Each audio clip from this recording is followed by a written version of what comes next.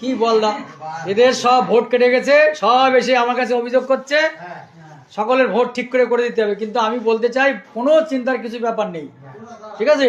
তোমাদের 6 নম্বর form fill up করতে হবে এবং পাশাপাশি কি করতে হবে, একটা মানে ডিইও মানে ডিএম এর কাছে একটা দরখাস্ত করতে হবে, আর গ্রামে 5 জনের কাছে দরখাস্ত করতে হবে, সই নিতে হবে। জায়গায় জায়গায় ভোট আছে 2002 সালের লিস্টে, তোমার চেনে একটা ডিক্লারেশন ফর্ম আছে, এই ডিক্লারেশন ফর্ম এবং তোমার হচ্ছে গিয়ে কি এই যে 6 নম্বর ফর্ম ফিল আপটা আমি করে দেবো, আমার অফিসে চলে আসবা, আর 10 জন 5 জনের সাক্ষী দেবো যে একটা ফর্ম, ওইটা তুমি ফিল আপ করে নিয়ে আসবা। তাহলে ভোট যার যার কেটে গেছে তুলে দেওয়ার দায়িত্ব আমার। আমি দায়িত্ব নিয়ে সবার ফর্ম অনলাইন করে ভোট করে সব আমি করে দেবো। সবাই মোটামুটি আতঙ্কগ্রস্ত না তো কেউ? বলো যে গোবিন্দ ভরসা আছে তো গোবিন্দের প্রতি? হ্যাঁ, গোবিন্দ আছে মানে তোমাদের ভোট রক্ষা। আমার প্রতি ভরসা আছে তো?